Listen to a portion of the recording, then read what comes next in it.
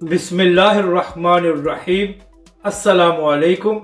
آپ دیکھ رہے ہیں یوٹیوب چینل عام سی باتیں۔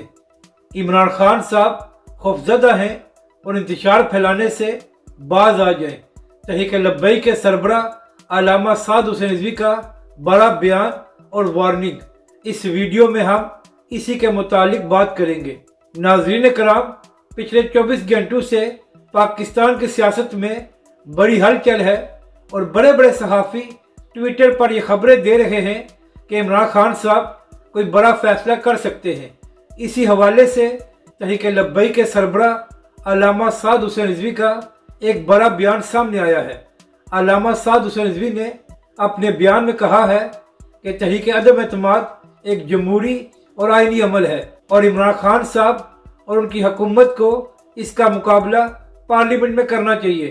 تحریک لبیک کے سربراہ نے کہا کہ جس طرح عمران خان صاحب اور ان کے وزراء بیانات دے رہے ہیں اور جیسے تحریک انصاف تحریک عدم اعتماد سے ایک دن پہلے ڈی چوک پر جلسہ کرنے جا رہی ہے، اس سے انتشار اور نقصان کے سوا کچھ حاصل نہیں ہوگا۔ علامہ سعد حسین رضوی نے اپنے بیان میں مزید کہا کہ یوں لگتا ہے کہ تحریک عدم اعتماد آنے کے بعد عمران خان صاحب خوفزدہ ہیں اور ان کو احساس ہے کہ ان کے نمبر پورا نہیں ہے، تو اس لیے وہ جلسے اور جلوسوں کے ذریعے انتشار پھیلانا چاہتے ہیں۔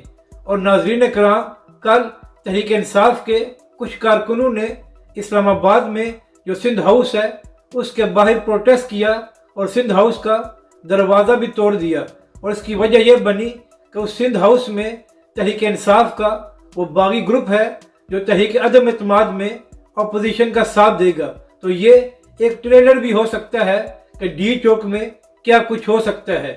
تو اسی لیے تحریک لبیک کے سربراہ علامہ سعد حسین رضوی نے حکومت اور اپوزیشن دونوں کو کہا ہے کہ جلسے جلوسوں کے بجائے اس سارے معاملے کو پارلیمنٹ میں حل کریں تاکہ پاکستان اور پاکستانی عوام کا نقصان نہ ہو۔ اپنی رائے کا ضرور اظہار کریں کہ آپ کو یہ ویڈیو کیسی لگی اور ہمارے اس چینل کو بھی سبسکرائب کریں۔